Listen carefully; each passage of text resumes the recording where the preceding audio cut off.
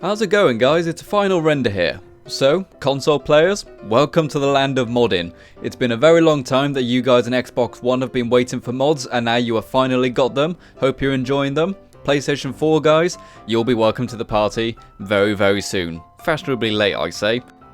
I'm sure you guys felt really special when you finally got access to the mod page and you were able to download all the good stuff. It's like getting a bit of free DLC all the time, isn't it? It's pretty good. So, got a pretty good video for you guys today. We're going to be building using the settlement building mode. I will do more videos with the creation kit, however a lot of people did say that they prefer watching videos using the settlement mode. So when I'm not building with the creation kit, think of these as inspiration. Let's go.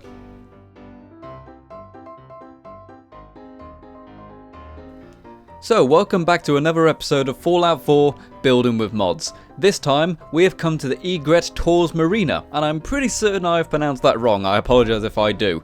This is a pretty sizable settlement which has got some rather awful traps when you first arrive, and it's actually got some even worse settlers living here. But you know what? We're going to make this place absolutely brilliant. We're going to turn this place into a fantastic fishing outpost, which also has a deep, dark secret. There's going to be a high emphasis on decoration in this building, but there is also going to be some pretty good kind of vanilla level repair work going into this video. So, let's get straight into it, shall we? To start off with, we're going to use the Scrapple command to scrap everything of a settlement. Just a very quick, easy way to get rid of an awful lot of the junk and a lot of the rubbish in the place. And it looks pretty bare, but you actually do realise you've got a huge amount of space once you get rid of all of the stuff inside. And firstly, we need to actually fortify the place. Fortifying the place is very important. It's a very open space, and as I said, there is going to be something going on here which needs protection. So we're going to be adding some of these really tall walls in here. Now, many people have asked me which mod adds the tall walls. I think they're actually in the vanilla game now, but I could be wrong. If you guys know what mod adds for tall walls, let me know, and then I'll put it in the description. So, here we have got some really nice, tall, highly fortified walls. You can find them throughout the vanilla game of Fallout 4, and they look fantastic. They look far better than the regular junk fences, and using Snapable junk fences mod, I am able to snap everything together nicely. And also able to use a command console to scale up some gates on the actual water. So now, we have got some fully fortified and secured docks. You will not be able to get your boat in here or out of here unless you have got permission from the portmaster. So, fully highly secure, no way of getting in this place. I think it's a really cool idea to have this in the settlement. It makes the place look much more believable in the Fallout world, I think, to have some beefier security in this place. And using the Settlement Objects expansion pack, which I highly recommend on both PC and console, adds an awful lot of good stuff. We're able to add up some rails, and also using the Wasteland Workshop we have got some concrete steps, so we can build a little bridge over this little part of water which leads into one of the warehouses where the boats would originally be mended. And it looks pretty nice. We're also able to add some of these Christmas lights up. Again, you can find those in the previous mod pack, and they look pretty good. And now I wanted a kind of DIY Fallout 4-esque scale lighthouse. And the thing is, I have mods which actually add proper lighthouses in the game, but I wanted to build one myself to make it look a bit more run down and also just make it look like it was made in the settlement mode, you know what I mean? So using some of the stuff from Wasteland Workshop, I am able to add this big tall lighthouse and also add a spotlight on the top and scale it up to 3 times using the command console. So now we have got a huge spotlight on top of a circular curved tower. Add some stairs going up to the top, add some power, and then boom, there we go. We have now got ourselves a kind of DIY run-down lighthouse. Looks pretty good in the fog at night. Again, it's not perfect, but that's kind of the point. It's meant to look a bit cheap and nasty. And using the mod Harbor Decor, we are able to add lots of decorations from Far Harbor. I do believe you do get some extra elements for the settlement building mode from Far Harbor, but this adds even more. And using this OCDecorator static loop, we're able to get even more decorations. And then finally, NorthlandDiggers crafting, resources and jobs adds lots of new things for our settlements to do, including jobs like being postmen, butchers, mechanics, etc., all which are controlled as little crafting stations which you can place around your settlement. Mostly just to make the place look a bit busier, if I'm honest. They do give you extra resources, but I'm not too fussed about having those. I just want it to look good, because that's the way I roll. And again, using the Far Harbor Decor, I'm able to add some pretty cool fishing boats to the water, and they vary in size. This one was originally about twice the size, but I scaled it down so it actually fits in the dock. And lots of busy amounts of crates, just to kind of busy the place up, make it look like a practical dock. And here we go. The place is now jam-packed with decorations, and it really has come to life now. Best thing about making decorations in your settlement is that it very quickly makes it come to life. Just add appropriate decorations where needed and you can easily fill up all those empty spaces and all those nasty areas which originally make the place look empty. But now it looks pretty darn good. We've got a very busy area going down the center and we have got a busy dockyard. So this place really does look like it has had people inhabited in it, and it looks like people do actually live and work here. Very important to not neglect decoration. And of course we also need some friends. So how about Commonwealth chickens and rabbits? This adds some of the brand new radiation chickens and radiation bunnies that you can find in Far Harbor to your game.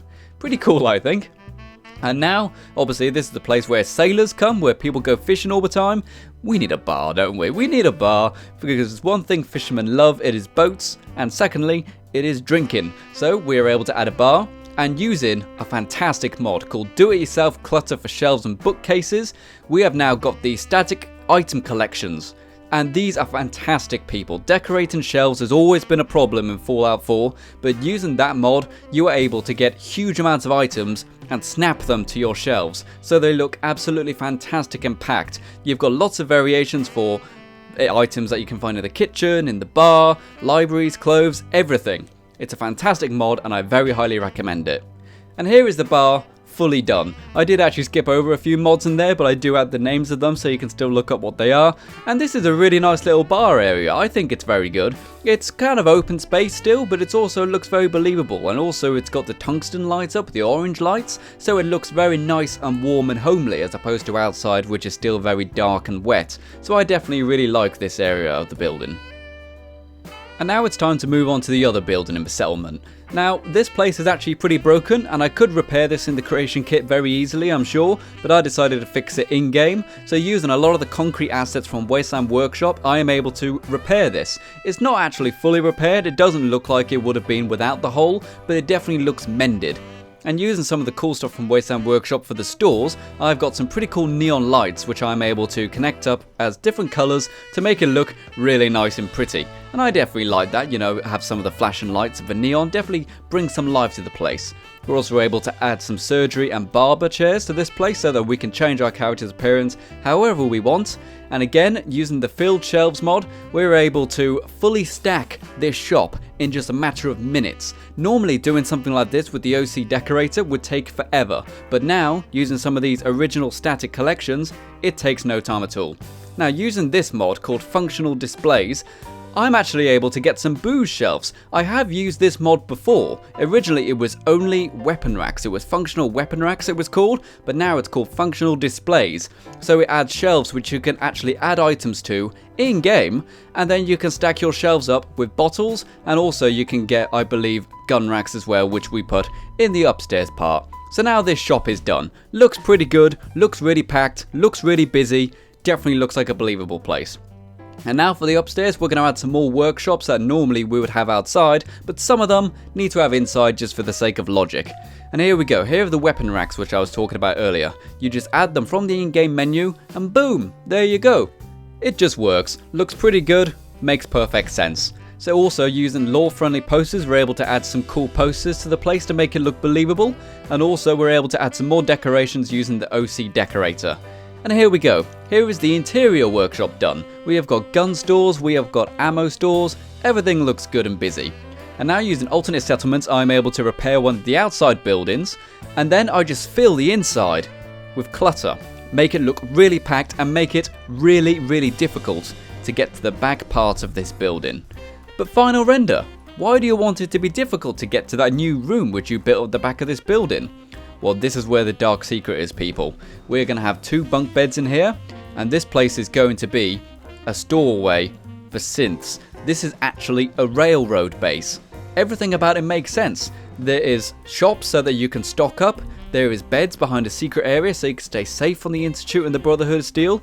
There is also plenty of clothing and ammo for you to collect before you go.